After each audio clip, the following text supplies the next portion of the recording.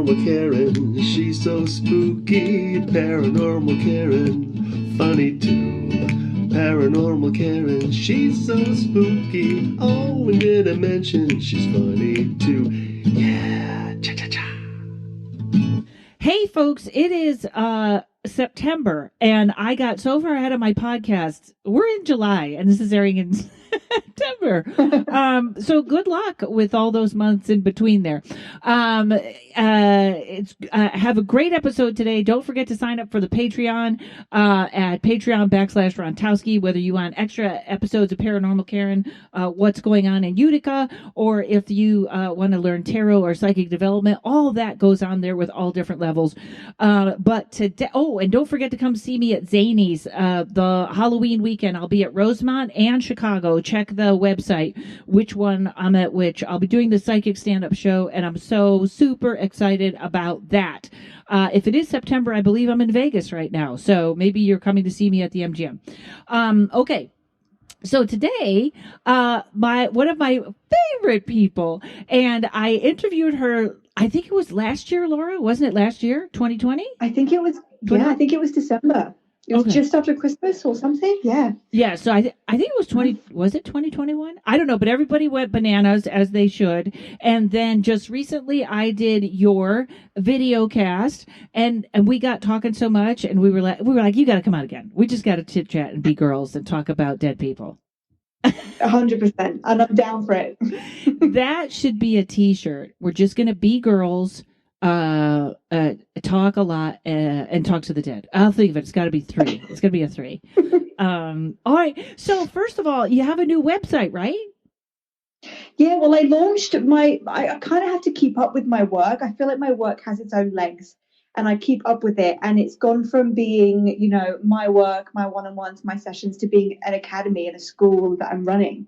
So yes, it's changed. It's upgraded. It's gotten bigger. And I'm just going with it.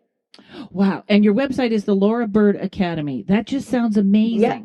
Okay. And before we even start, tell folks, because we kind of have a mission today, a mini mission.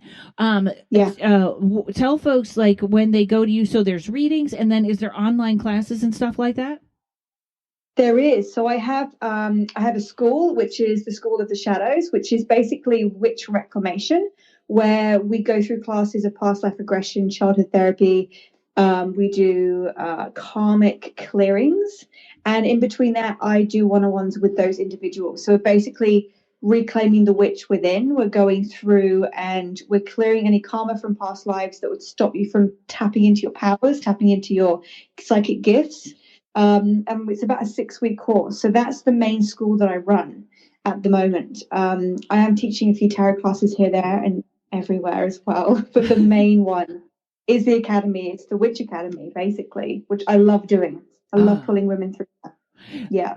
It's funny because as you know, I'm in this place I don't care for. It's very, not just the location where I'm staying, but the whole place is very haunted, very dark. The dark history of this upstate New York is like crazy. And I never used tools. So I never used crystals. I never used anything like that. And recently I did have to bury some haunted objects. I made a joke, but I did have to bury some haunted objects out by the railroad. And there was sort of an instruction that came with it that was like, hey, now use the tools. Use, whether it's herbs or candles or whatever. It was kind of like, they were just saying in my head, like, this is just to raise the frequency. And you're in a place now where tools are going to help you out. Is that really kind of like what witchcraft is? Kind of using the tools of the universe as well as yourself? Yeah. I mean, you can use tools, you can use, divination tools, and you can use different things like that. But you also don't have to. It's a very personal thing. And at the end of the day, the tools are only as powerful as the witch, just like the spell is only as powerful as the witch. So you can have all the tools that you can find, and the magic can be nothing and it can be dull, or you can have nothing and create so much energy and power. So it really depends on what you've got and what your intention is and how you feel with that object. Some people work with objects, they need objects to kind of get into the energy. That could be you. It could be that you need to hold these things and feel them and feel the energy in them and to be able to tune into where you're going. Some people don't need it. Some people do. Some people do it sometimes, and some people choose not to the next time. It's all very intuitive, I would say. Yeah, I like candles, and I like and this is where we're going to jump right in because I have this place is pretty active, and this is probably the fourth podcast where I'm talking about this, but I did a crossing over in this apartment, and then the ceiling fell in. And granted, it's probably a coincidence or whatever, but as somebody just said, the energy shifted. It's a very fragile building, so it's not. That wouldn't be like so out of line that the ceiling would come in. It was just very ironic. And when I do sit and meditate in that area or do sort of what my process is for crossing over, it gets very noisy. I mean, the ceiling starts to creak, whereas I sleep in that room. I don't hear it at all. But it was funny because one of my tools I just felt very moved to get is a lantern that you can put a candle in. And I don't know why, but I was like, that's your new tool for when you cross people over. Have your little lantern. But this is what we were going to talk about: mediumship and dead people and crossing them over and all that stuff. How did that start with you? Yeah, well, do you know what? I don't even, I can't even tell you why it suddenly came in, other than I'd had a few things in my life that had been very dark moments. I've been through a lot it would be last year was a really tough year for me, and it took me to a very low point, which then took me to a very high point, and I think my energy just opened massively, and I moved into the house I'm in now, which is a very old house, and I'm in the Cotswolds in England. It's very idyllic, very witchy, and I had a spirit come through when I moved here, and I thought it was very strange because I thought, well, I don't feel anything in the house. The house feels completely safe, open, clean. I'm really confused as to why this is coming in. But the spirit came through in a very forceful way, I'll say, where he was, pulling at my toes when I was trying to sleep. He was jumping on my bed. He was turning the lights on and off. He was setting the fire alarms off at 2 a.m. He was just like really trying to get my attention. And he was the first spirit that came in that started this whole journey for me. I used a mentor at that point because I had no idea what I was doing. And to be quite honest with you, Karen, I was actually genuinely scared to be, to have your feet pulled out and your alarm going off at 2 a.m. It's not, anyone's going to be like, oh, it was very overwhelming. And I used, Oh, I'm so sorry. I was just going to say, first of all, I love that you went from a low point to a high point because I feel like I'm at a low point. So hopefully I'm going to that high point. But not only that, around here, I was the only one in this whole building and somebody knocked pictures off the walls and stuff. So I totally understand that. Yeah, they will get your attention, and it is scary. It's spooky. It is spooky. And it's the fact that you can't really see them, that you don't, it's the unknown of like, your imagination plays tricks on you 100%. So it's kind of like, well, what is there? What is doing that? And your mind can go anywhere. And that's the scariest point. And that's what I try and pull people back from, because they can tell themselves stories of, the worst scenario of what's happening right now, which is never really the case, if I'm honest. And that's where I'm trying to get people to not be scared of this, because I do have compassion, because like I said, I was in that moment. And I remember speaking to my mentor, saying to her, I can't do this. This is too much. I was tired. I wasn't sleeping at all. I was scared. I was mentally drained. I was confused. And I thought to myself, okay, well, Laura, you've got two options here. You can shut it down, go back to how you were, pretend it didn't happen, and just pray to the universe that nothing's going to bump in the night in the future, which you can't guarantee and you can't control. Or you can be scared and figure it out, deal with it, play around with it, see what it's all about until you're not scared anymore. And I chose that second one because I knew that if I chose the first option, I'd be powerless. And if anything happened, I wouldn't know what to do and I'd be scared all over again. I thought, well, I'm going to have to just tunnel my way through this one and figure it out. So that was kind of my ceremony into this. My friend removed him in the end, but he actually died in a fire, which made sense because the fire alarm's going off all the time. But also, I would wake up and I would smell burning, and I would jump out of bed and go, "Oh my God, something's on fire! Like I've left my oven on, or something's caught fire." And then the smell would just go about 10 seconds later. That happened about 3 times. So what was actually happening was I could smell him. He died in a fire, so I could smell fire. I could smell his death. And when my friend explained to me about letting him pass through, she was saying what a emotional ceremony it was, because he was missing the woman that he loved and he killed himself. Because he couldn't have the woman he loved, and it was actually a very tragic story. This was the guy that died in the fire? He killed himself with fire? Yeah, he set himself on fire. Oh. He set his house on fire and stayed in it. Oh, God, that's a horrible death. Yeah, and he was very, very drunk. So how you die, you come through like that. So, of course, he's coming through drunk, in a way, confused, all over the place. And I don't feel safe because I can feel that he's not grounded and he doesn't know where he is. So it was a very intense first experience when it comes to ghosts. But after that, I started to play around with it myself and bring them in and talk to them and understand them.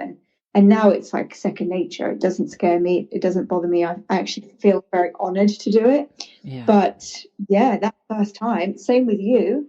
The first time you're like, I don't know, you're like a fish out of water. You don't know what you're doing. You don't know what to expect. Yeah. And your mind's going to tell you it's the worst case scenario. So yeah, it's tough. And also to sort of backtrack for 1 second for people that are afraid. This was my process with what was going on, because I figured there were small things happening and there was like somebody pushing on the bed, and it is an odd building. So sometimes it's hard to tell is that the noise from the person upstairs? Is it something else? But this is what I want people to know is, first of all, I've been doing this probably 25, 30 years, and really dark, scary things I have run into twice. And that is when I was looking for it. Okay. So when this happens, like, 99.999% of you are never going to run into something that dark that it's to be that afraid of, but it does feel like that in the moment.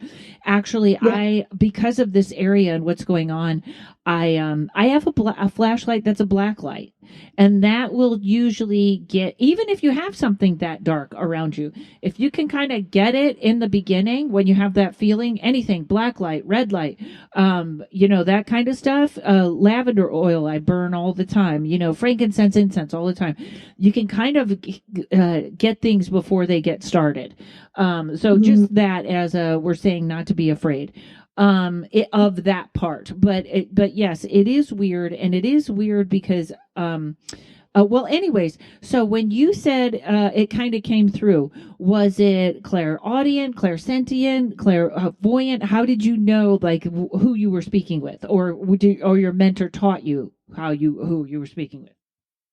No, I kind of have all of the senses, to be honest with you. So I could smell him. I could see him in my mind's eye. So I could see he was a man. I could see he was distressed. I can hear them when they talk to me. I can hear them. I can sense them. I can sometimes taste them. Strangely enough, I don't even know if that's a thing, but I can taste them. I can taste perfume. I can taste their death. Yeah, it's very, very interesting. I'm like, oh, that's taste. So all of them, I can do all of them. And now that I've kind of decided and accepted that path, now it's stronger than ever. Someone comes in instantly and I know who they are, where they've come from, what we need to do. And it gets done. But it's taken a bit of time to build it up. And everyone who decides to do it, you're going to build it up. But there's so many lost souls out there, Karen. There's so many. And I want people to, if they have this gift, I want them to not be scared, because it's such an honor to be able to do this. It really is. And like you say, which I love, nothing bad's going to happen. That's just religion and movies that tell you that. Yes. Yes, and you're not conjuring anything. You're not. I saw this gentleman. There's a great. I really enjoy watching Bishop Long on. I think it's Bishop Joseph Long on TikTok, and he's a clergy that really works with ghost hunters and really works with people that have trouble. And he did a thing the other day, and he was saying how Ouija board is not a bad thing, but it does open a portal that sends out that you don't know who's on the other side, and that's the opposite, I believe, of crossing over. I mean, you're kind of opening something, or I can tell you the way I was taught. But would you say there's a difference there? Yeah, there's a difference between something coming to you and you bringing it through. Right. With Ouija boards, you have to be very careful because yes, you're opening a door and you don't know who's going to walk through. I don't ever work blind. I don't ever work alone. So I work with Goddess Heacate as my spirit. She's kind of my guide with the ghosts because she has the key to the underworld. I also work alongside Anubis, who's the king of the underworld. He protects me, and I work with the deceased Sybil Leek, who kind of guides me on my spell work. So I never go in alone. I only do my ceremonies with the spirits, with Hecate with me. She is the leader, and I'm just sitting back and being the physical presence. So I have a contract with Hecate, which is about 5 pages long, signed blood, that is like, this is how we do it. Like, nothing comes in without my permission. Nothing comes in without your permission. It's only a spirit that I can handle. It's literally, honestly, it's 5 pages long. I won't even go into it. But that is signed and sealed, and the house is sealed. So nothing can wander into my house. All right. Without sort of the permission of her, and it's only one at a time. Can't have a flock of people in my house either. Interesting. One at a time. So when I open the portal, she is standing there at the portal. She will take that spirit through once that spirit's ready. Normally we have to do a lot of work to get the spirit ready to go through all of those. They just come back. And we send them through. Only once have I had an incident where I sent the spirit through, and as I did that, someone walked straight in, and that's never happened before. And it happened so quick. I was like, oh, hold on. Something's just walked through in here that I don't know about. But again, because of the contract I have, if anything like that happens, it's usually that they're very lost and very distressed, which this person was.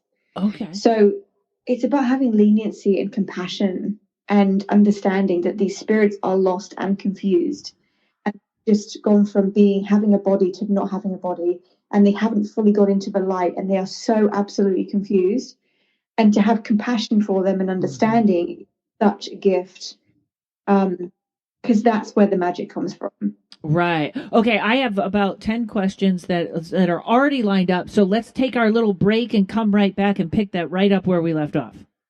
Many people are unaware just how much hypnotherapy can help them, or think it's only to help lose weight or quit smoking. But there is so much more hypnotherapy can do. It can help with stress, anxiety, insomnia, phobias, performance enhancement, connecting with your spirit guides and higher self. You can even discover past lives and your life between lives. Heal traumas, break habits, find your deepest truth, or just have fun discovering who you really are, all from the comfort of your home. I'm Monique Pliakis. I'm a certified hypnotherapist, and I want to help you. Schedule a free consult by going to www.innerstandingshypnosis.com.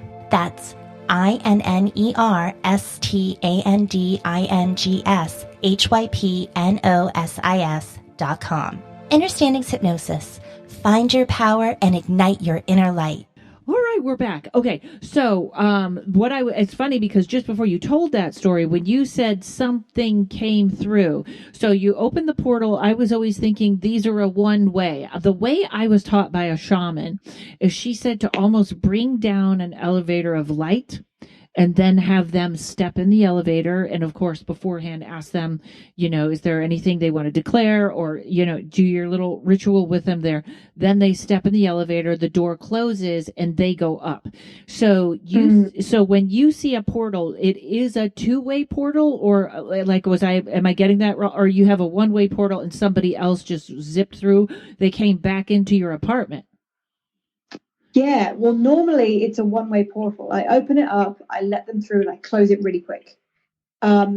This was quite a while ago, so this was when I was still practicing and trying to figure it out. But what I did do with this one is that when I opened the portal and I watched him go through, I was so in awe and in gratitude for what was happening, I left the portal open just a smidgen too long. It's got to be like, you open it, you close it. And I'd never declared beforehand, this is an outward portal. Because I just felt so euphoric and grateful for that experience. That was my fault. But yes, you're right. Normally this is an outward door, and nothing is able. And that was a human that was lost and didn't want to go to the light and came back out? Yeah, it was a young guy that had committed suicide recently and was looking for his mom. Oh, that's, the suicide ones. And first of all, I don't know if I believe in hell, but I definitely don't believe people that commit suicide go to hell. I think they might torture themselves on the other side, by, their own, sort of their own consciousness. But I don't think I don't know. Do you? I don't think so. No, when they commit suicide, I actually have a lot of these that come through because they're always the most confused. Like that guy, for example, I've had maybe 4 or 5, maybe 8 out of 10 actually are suicides. And the reason is because the moment that they die, they actually don't want to die. Right. That last second, right? That last second of like, oh, hang on a second. This is not I'm making the wrong choice. And then it's too late. And so they've died without wanting to die. And it's a very sticky energy. So there's no acceptance of the death, and therefore the light doesn't kind of show up for them so much. It does, but they can't quite go through it. They're not in pain, they're not suffering, they're not, nothing bad is happening, they're not in hell or anything like that. But it's like different levels of life. Even we reach different chapters in life and we get to different levels in life. And it's the same when you cross over on the other side. Yes. There's a movie I saw, I can't remember the name, but there was a medium on TikTok that said that's Astral City, and it's an old movie, and I don't know if it's it's in Spanish, so you have to watch the subtitles, and it's very not easy. It's very, we're so used to special effects being so good. It's very kind of plain, but it's very, very good like that. Yeah. Levels on the other side.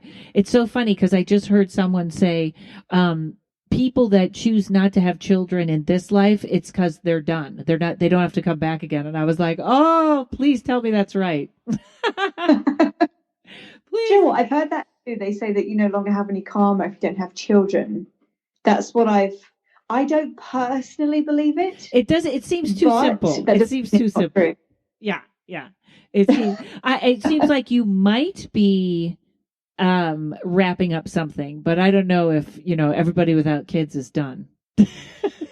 Yeah, I've had people say it, and I've always thought, okay, fair enough. I don't know how that would work or why that would be. Hey, that's cool. Maybe. Maybe, right? I don't know.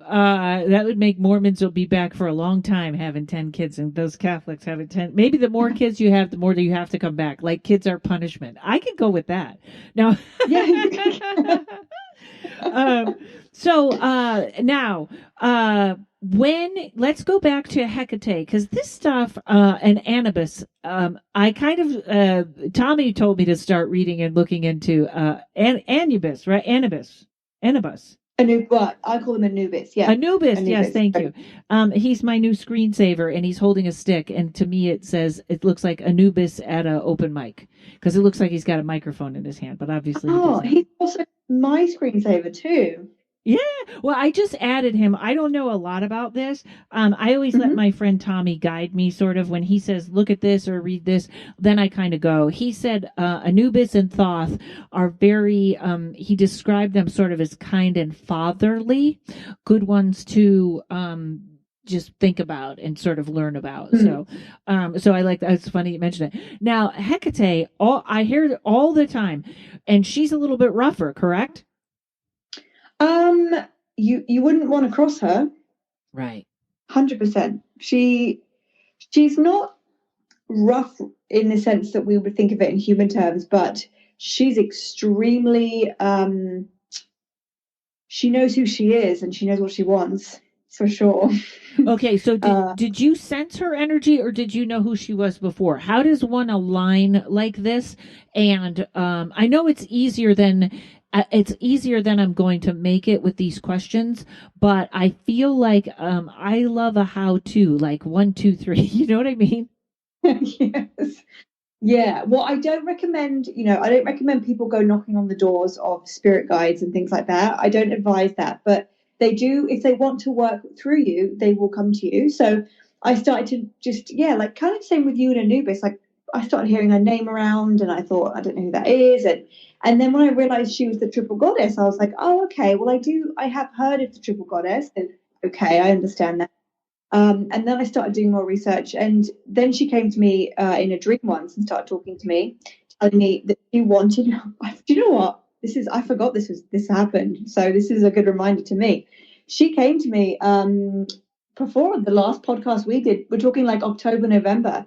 She kept saying to me, I want you to resurrect the dead. And I was like, that's not going to happen. That sounds complicated. Um, you must be talking metaphorically. Like with my clients, I was already doing past life regression, right? So I was like, oh, you mean like you want me to do some reclamation with them and maybe change the way I do my hypnosis? And she was like, no, you're going to raise the dead.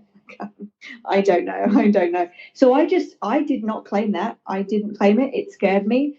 But slowly over time, I was like, starting to like being around graveyards and starting to like the idea of the underworld, and it just sort of unraveled. So she lured me into it, and I have a very strong connection with her. If a guide does come to you, I do recommend people have an altar, because it's very important to do something physical as an offering to those guides, because it creates a relationship. So I have Anubis and I have Heacate and I have a goddess of death. They're all on my altar, and I always am feeding them, giving them flowers, feathers, offerings. Anubis, I always give him red meat because he's a dog. Oh, that's I'll right, collect my Jack. menstrual blood Yeah. and give him that. He's happy with that. That makes him very, very strong. And with Hecate's, I'm always making a cup of tea and bringing her eggs and flowers and things like that. So the more you do that, you'll feel like a battery charge. Hmm. So I can feel when they're really charged up. And I'll never do an offering. I'll never do a spell without doing an offering. I'll never do portal work without an offering. So they're always supercharged. And when the charge wears off, you can feel it. And I wouldn't recommend anyone letting it get to that stage, because to me it feels like I'm not completely protected by them because they're tired. They need their offering. Um, So definitely. Okay. I just recently found a lost dog and returned it to its owner, uh and uh and how come I can't say this name? I can't say any names today. Anubis? No, I can't say Anubis, but it's Angela Lovell.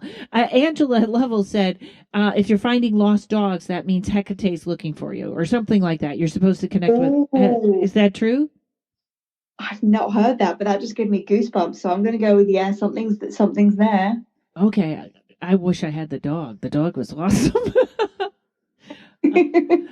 Okay, so you always have your altar up, you always have offering, because if you're dealing with them, let's say, you've stepped up a level, so you have to take your protection up a level too, correct? Yeah, yeah.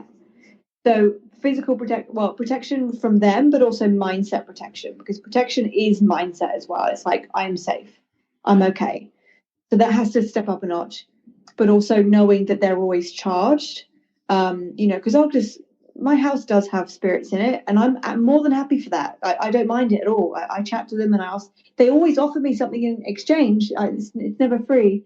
So, I always have them there. And if I have a spirit in the house that I don't have time to send them through, or I haven't found the person that they're trying to contact yet, because that's usually why they're stuck, I will ask Heacate to stand around them, and keep them in the office so that I can sleep, because otherwise my house is old, it's creaky, I can hear them walking around, and it's just annoying. Yeah, Wakes me up. the walking around has just started, and also the loud neighbor upstairs. Like this, it's maybe it's an old building thing, but man, this place creaks, and like I said, when I sit down, everything already starts moving.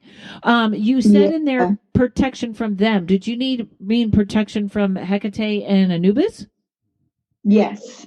Okay, Yeah. and meaning they're just too powerful energies. Yeah, well, it's kind of a respect thing, to be honest. I did an interview with a lady called Cheryl Prince recently about this, and we were talking about protection and the dead. And there is something, this is why I would love for everyone to tune into this gift if they have it, because there's something that's so secure and safe what doing this work. Because to me, I feel like, okay, so first of all, I've got, great women around me, great friends, great men around me that would protect me and love me and support me. So physically, I've got that. And then on the guide level, I've got Anubis who respects me because I'm always giving to him, taking care of him, and honoring him, and I'm working with him, and I'm using him. So he feels that sort of level of protection, father energy that he wants to feel. So he honors and respects, as does Hecate. And then I've also got a good reputation with the dead and with that realm, because they know that if they come to me, they're getting help 100%. I don't turn any spirit down. So when you work on that level, you've got all these multidimensional layers of protection and respect that you feel that you can do anything. And that just takes a bit of time to build. But anyone can do that if they chose to put in that time and effort. Okay, 100%. and so when you were saying protect yourself from them, you didn't mean like they're attacking me. You meant like just being on that level, like I said, because you're up a level. Yeah, I've never really been attacked. Like you said, that doesn't really happen so much. It might feel like it is, but Yeah. it's not. And you will It's not. know if you're in that situation. It's a very different feeling in that situation. Very, very, very different. Than just regular being scared.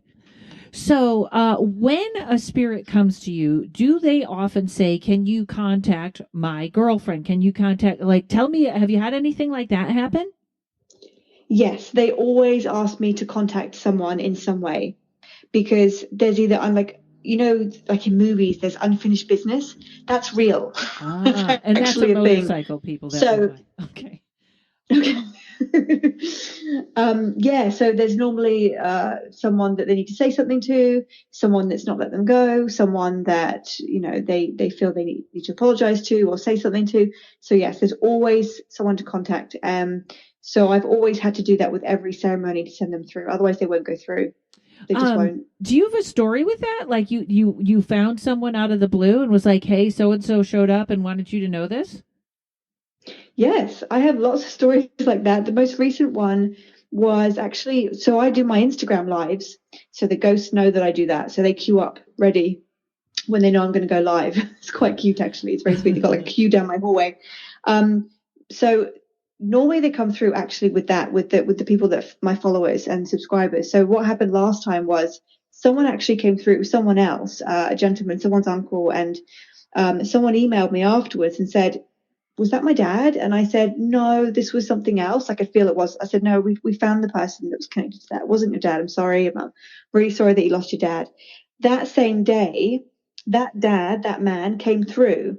Now he came through when I was not in my own house, so I didn't have my, my level of protection around. So I was just wondering about my day, and he popped in, and he was very wanting to make sure I knew he was there. He was tapping on things in the room I was staying in, and he was playing with the TV, and he was pulling on my covers. And in the end, I said to him, if you don't stop, I'm not going to send you through because I need to sleep. I was getting a little bit annoyed at this point. And then I called in Hecate, who kept him kind of locked in the corner of the room for the night so I could sleep. Uh-huh. So the next, I think it was the next day, I came home, and he was sort of wandering around my house. I think I had him for about a week, and then I thought, okay, I know I need to send you through. He kept turning on my TV. I thought, oh my God, I sat with him and I said, listen, how did you die? He said, cancer. And I said, what do you want? He said, I want to go home, but I can't. And I said, I was just sort of feeling very sorry for him at this point. And I said, okay, I will send you through tomorrow, but you cannot be coming down turning my TV on and off at the middle of the night because that's not cool. So he was very well behaved for the rest of the evening and the next day. When I went to send him through, he showed me an image of that message that I got from that woman saying, is that my dad? And I thought, oh my God, it's you. So I did contact her that night. She didn't respond to me till the next day. So I said to her, look, we're going to have to pause this and do it tomorrow when she replies, which she did. And we had a chat, and she told me that after he died of cancer, they sold the house that he was living in, so he can't go home. And I was like, oh, okay. It's all kind of making sense. So he just wanted to tell her how proud he was of her, how much he loved her. She tried to tell him these things when he was passing away, but he found it very difficult to hear them. So there was that sort of resistance that he wanted to clear. And as soon as that was done, he went through the light happily. He was absolutely fine and very grateful.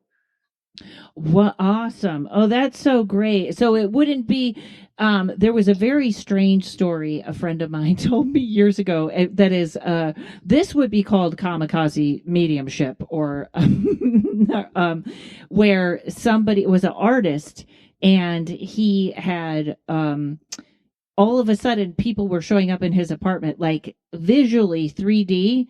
And they were like, my name is this, and this is my address, and you need to go tell my kids not to sell the house, blah, blah.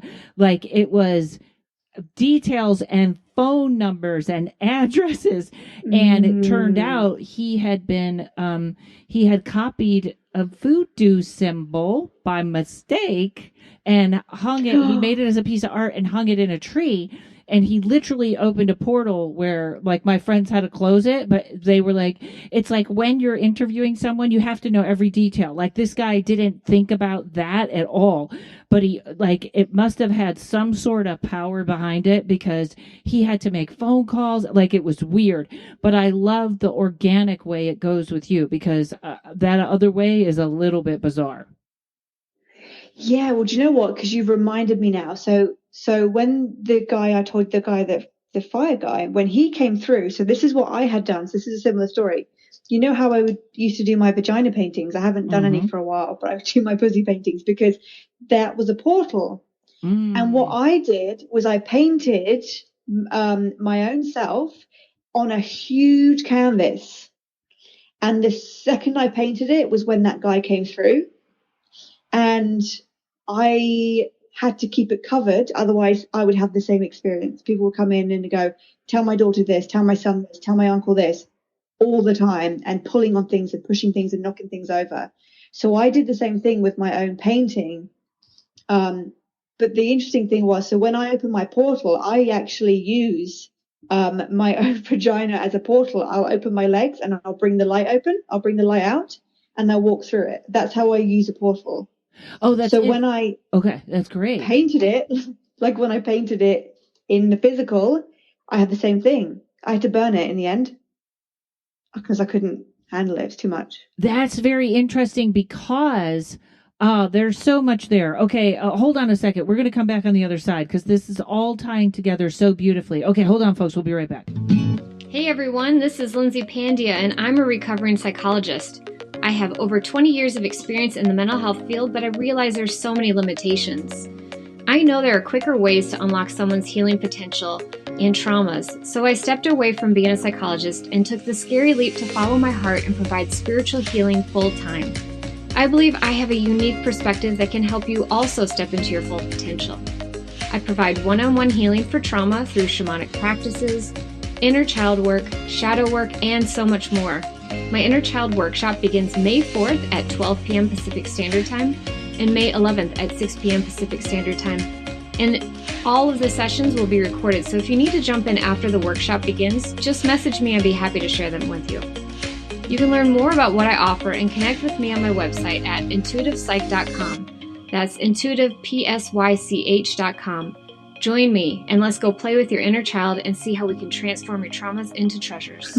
Okay, so I literally have 100 notes and I'm losing my place on the page. It's so funny because my friend Rainey, hi Rainey, listens to the podcast and she's an artist, and she had said to me a little while back, I think art opens portals. And that just came upon me because I thought, that is also why, it's so funny because I keep feeling like artists are going to become very, very important. And even somebody, it was Shanna from Black Bits said something about that in the last predictions podcast I did.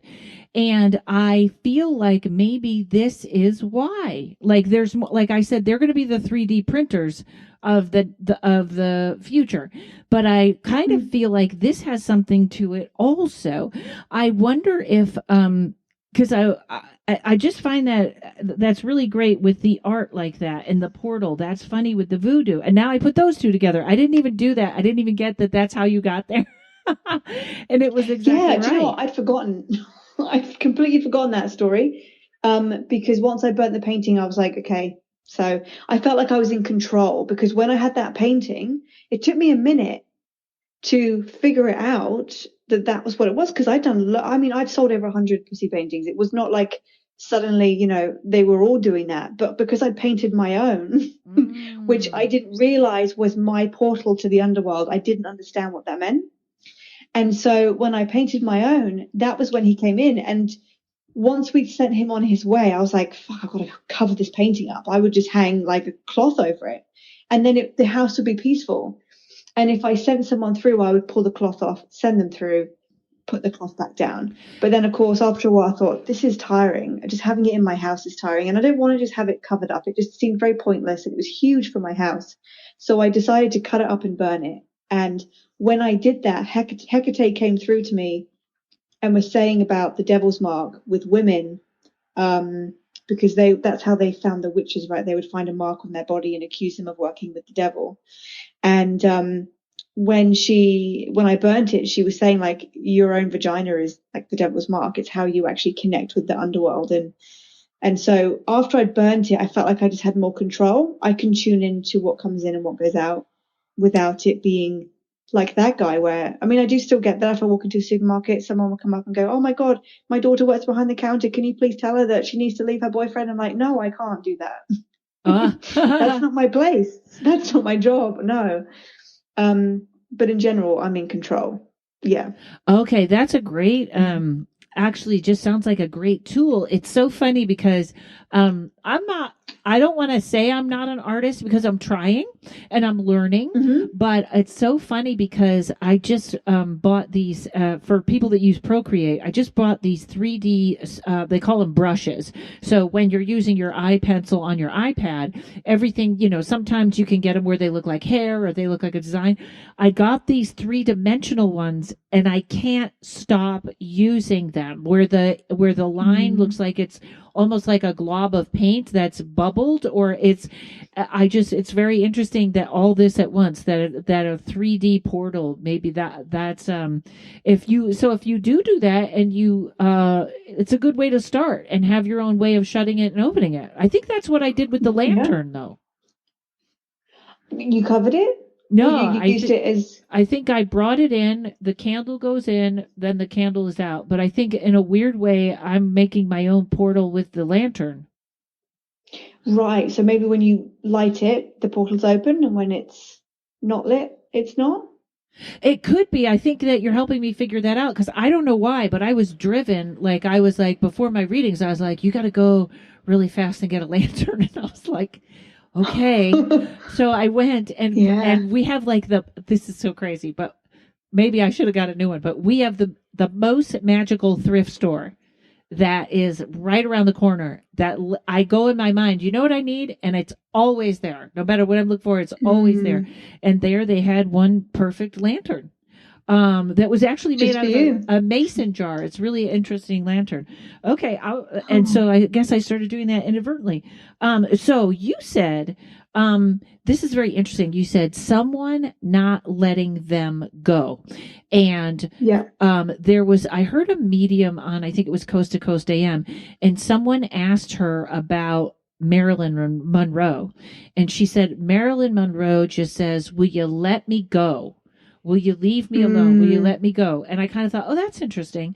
And then also, my favorite movie of all time is called What Dreams May Come, and it's about a woman, and she loses her kids, and then she loses her husband, and so as a spirit, he's following her around trying to help. And finally, the person guiding him is like, "You got to let her go." So we can actually hold people here, can't we? Yes. Yes. So I only had to do a couple of those, but yeah, I had a young boy come through who had hung himself actually, I think about a year ago, and he couldn't move through because his dad kept blaming himself for the suicide. And I had to find the man and message him and explain that. But I actually didn't get a response from him, but he was still able to pass through because the intention and the energy had still gone out. So that still allowed him to pass through. But if we hold on, I mean, I did have another guy come through recently, and I explained to this woman, "You need to let this man go."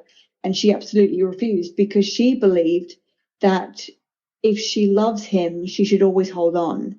And I say, if you love him, you should let him go. So I always find that to be a bit selfish from my perspective of what I do with these spirits. I see it as selfish, but I do understand why someone would struggle, obviously, to let someone go. I can completely, empathize with that. Now, this might be a trick question, but can you explain the difference between letting go and remembering? Because I feel like that's two different things, or does that not ring a bell? Yeah, it is, because to remember someone, it's a happy thing, isn't it? It's like, oh, I have these memories and I remember them, and you feel so strongly and fondly about them, and it's just the intention behind it is love and remembrance, and it's a nice energy. But to hold on to someone, it's kind of like you're punishing yourself. It's like if you let them go, you're going to be punished, or if you let them go, you're a bad person and that you shouldn't enjoy your life. You should hold on to them, and it's self-punishment. It's very different. That It's like a suffocation. there was there was that grieving period with Courage, my dog, and there is this point where you, especially in the beginning, you feel like, if I'm not thinking about him all the time, something's wrong with me, or it's very different, because there was sort of a quiet period and now I feel like I hear him now, but I feel like we're at the healthy point, because in the beginning you're like, oh, could I have done this, or was I giving him the wrong food, or was he hurt? You go through all of that, which must be the not letting go. And then when you kind of get where you're moving forward, and then now it's almost like I hear him now, especially since that other dog came in, which was just for a minute, but for overnight. But that's an interesting thing. So if an old woman walks around the house talking to her husband that's deceased, that's not necessarily holding them there. That is more, would you say, communication or making her feel better? Yeah, I mean, some people can. They lose people, and they still sense them around, and they still talk to them, and it's with love, and there's no control, I would say, over something like that. But then you might get a woman who, yeah, she's talking to something that she thinks is him, or maybe it is. There is definitely a difference. When a spirit first crosses over, it's like your dog. You're not going to see them, sense them around for a while. Yeah. Because they can't access your energy for a bit of time because of the grieving process. So it's not until you're more relaxed and you have less resistance and you're calmer that you can then start to actually sense them come through. So you would have experienced that with your dog. And Esther Hicks, you know, when Jerry Hicks died, she said she took her a while, and now she can kind of communicate with him fine. So yeah, there's that sort of period of time that it's blocked. Okay, so now everyone must be screaming that I missed this question. Okay. And I just looked at it, I was like, oh my God, really? You didn't ask that? So when Heacate said raising the dead, because you used the term necromancy, right? Yes. So you're a necromancer. Yes. Okay. So what does that mean, raising the dead, as opposed to communicating with the dead? Well, for me, her and I have had many conversations about this. Because yes, it sounds like something from Practical Magic, which I wasn't about to do. I was absolutely not going to be going to people's graves and raising them up. But what it was representing was actually working with ghosts. So I'd never worked with ghosts before. I'd work with ghosts in the sense, like, if I do a past life regression on someone, that past life, that could be a wandering soul or a wandering ghost. As soon as we clear the past life, that ghost will go off it'll be transmuted into the light again. So it was just her way of telling me, well, instead of doing it like that, we're actually going to be working with ghosts coming to you, and you're going to be remembering them, you're going to be honoring them, and you're going to be sending them home. So you're kind of, it wasn't like a physical. Okay. It you're wasn't going to be raising it. No. Yes. She uses a different terminology. Yes. Yes. Now, do you have conversations with Anubis? Yes, okay. I do. I know this sounds strange, but what is he like? He is extremely protective over me and my clients and the spirits, because he is sort of the god of the underworld. I would trust him with anything. I would trust him with my life, if I'm honest with you. He's someone that everyone wants to have on their side. I talk to him when it comes to protection, but I also talk to him when it comes to my clients. I talk to him when it comes to my modalities and the sort of sessions I offer, because he comes through with a lot of old Egyptian mythology and techniques that he wants me to integrate into my work, which I've slowly done over time. So him and I have had some great conversations, but it's really just that feeling of like you say, the fatherly energy, being so protected. Like, I know that if anything happened to me, I could call upon him and he's got my back 1,000%. That's a good feeling. That's really interesting. What would be some of the Egyptian techniques? Would they be like kind of Egyptian folklore magic, or that's a very interesting topic? Well, it was actually the portal stuff that he talks about, because of the the Isis portals and the sort of the Isis work and the Isis temples. And he showed me a past life where I was able to open those portals and play around with the dead through the portal. And I actually had to clear that. You know, I say to a lot of people, if you feel like you have this gift and you're trying to open it and it's not opening, there's some karma that's working against you that you got to look at and clear, which I do with my clients, because I had that. Like, he said to me, like, you've got this portal and you can use it, but you've used it for some negative stuff in the past, and you cannot access this, and I will not allow you to access this until you've cleared that, because otherwise the energy is not going to be pure. So we did that whole thing with him, and he showed me where I was able to, in this lifetime, if someone was to die, I could take the soul into my portal and I could actually trap them in between the worlds. And I used to do that in a lifetime. That's very, very bad. So in a way, my karma is to actually take these souls and free them, but to use the gift for good and not for bad. So he taught me about all that, especially with, you know, I do a lot of as a witch, a lot of my work is witchcraft and divination and things like that. So he's taught me about the clients and the karma, and this is why her psychic gift's not working. This is why she's closed here. This is why she's not successful here. And we go in and we clear a lot of that karma. So I work with him on that. That's interesting. I may book a reading in the karma clearing, because I've never done anything like that, but I do feel like I'm at a stop or a crossroads that I kind of don't know. So that's interesting. And it's also interesting because Carolyn Myss, her whole thing is And in fact, it's where she gets kind of aggravating because she's yelling at people like, you didn't think it was your fault. It's your fault. You're responsible for this, instead of just explaining, yeah, we got to face our shadow side. But she really gets like over, she gets a little scary, but I understand what she's saying, facing the ego and stuff like that, and tearing everything down so that you get rid of the karma, or you face your shadow. So that's really good. Have you ever, and I'm going to jump into, this would be a darker energy that people are not really going to run into, not with mediumship at least, or not with what we're talking about. But I have heard this, and it was when I was in the this actually is a darker thing.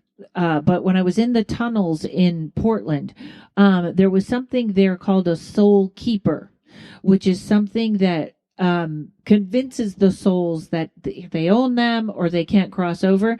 Have you ever had a negative experience like that? I haven't seen anything like that. No, I've never had that issue. I've never seen anything like that. But in a way, that's kind of what I was doing in that lifetime, is that I was taking that soul and trapping it. Oh, interesting. Yeah. Well, it usually happens in a place that has violent hauntings, not pictures falling off the wall, but like really like it's a very that would be in a darker place where it's not what we're talking about today when someone calls you in for that. Wow, fascinating. Okay. So just tell me a little bit about your karmic readings, because that sounds like when you're right now there's a strange it's like we're taping this in July and I just hit a rock bottom here, like kind of emotionally. So don't worry about me, folks that are hearing this in September. I'm sure it's all fine. But there's was a thing, a certain astrology thing right now about it's really getting shook loose. What you can't, the last things you aren't facing, or the last things, they're getting shaken loose. Actually, tomorrow should be the last day of it. Is that sort of, if it's karma and it's something from a last life, then we're not that aware, correct? Yeah, some people might be, but most people aren't. So when I do my past life regression, I tend to do it twofold. So it's very natural for us to, when we do a past life, to look back at the time where we were the victim again, and why we're continuing on this cycle, like, oh, it keeps happening again because it happened then, and that's the cycle. So it's very normal to do that, and I do lots of those. But what I encourage people to do is then afterwards flip it on itself. So I call it the karmic flip, because we're then going to look at, well, when did I put that on someone else? When did I do that? When did I hurt someone? We look at the other side of it. And once you do that, then the pathway opens. But if you have, for example, like your gift, like you have a specific gift and you can open it in this way, there's two things that block it. You've got the karmic side of it, like I've just explained, but then you've also got these lifetimes where I call them the witch reclamations, or the resurrection of the witches. It's like, so you were killed for using those gifts in the past. So I'll do like a past life regression for women that were witches, which is probably every one of my clients, really, if I'm honest. A lot of people, right? Yeah. Everyone's got it. I think all my followers are witches. They might not have claimed the title yet, but that's pretty much, what they were. And if they had, like, if you had this gift where you could speak to the dead and cross them through, and you were killed for that in a lifetime, I can guarantee you something in your energy does not want to open that up, because it's my gift equals my death. So you're just not going to go there. Yeah, so it shuts everything down. That's fascinating. Yeah. Tell everybody else about the other things you. So do you have to do the past life regression for the karmic clearing? Yes. Yeah. So past life regression for the karmic clearing, or just a witch reclamation, or I call it the resurrection of the witches. I have an event in October actually where we're doing that. We're bringing women together in Gloucester, where we're literally bringing the witches back to life. That was partly what Heacate was saying as well, like bringing the dead back, rising the dead. So we're resurrecting the witches, or bringing the witches back to life. So I do a lot of that sort of work, but I also do very deep shadow work, and I do womb work, and I do tarot readings, and I do talking to the dead sessions where we bring in the dead people and have conversations with them too. So whatever the person needs, I can accommodate. What Usually, and you just said, what is a womb reading? Did you say? a woman, yeah, like a womb healing. So a lot of women, if a woman is sick, if her body is sick, I go straight to the womb, because when you heal the womb, the rest of the body heals, is what I've seen in my clients. So if they're sick, if they've got, physical ailments, diseases, illnesses, we do the womb clearing, because women store the majority of their emotions in the womb. And if that's not lit up, then she can't breathe and she can't fly and she can't be free. So we kind of go in as sort of like a psychic healing session, and we look at the womb and what you're carrying, and we release that. Okay, and the other one you do, this is very interesting, and a childhood regression. Is this for people that can't remember their childhood? Is it little like an inner child thing? Yeah, it's a bit of both, because some people will come to me and they don't remember their childhood, which is a big indication that there's been trauma because you've blanked it out. So whether you can remember it or whether you can't, it still works, because things will come up that you'll sense and feel, and the healing still takes place. So I do get people that say, but I can't remember my childhood. And I say, but you also can't remember your past life, and you're still going to be able to see that. Right. So you're also going to be able to see your childhood.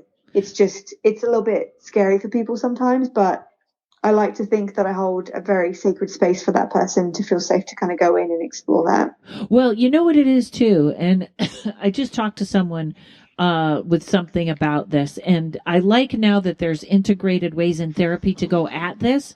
But I found it interesting that people think that the bottom's going to fall out, or like on TV, then you have a nervous breakdown and you don't love your family members, or something crazy is going to happen. And that's not really it.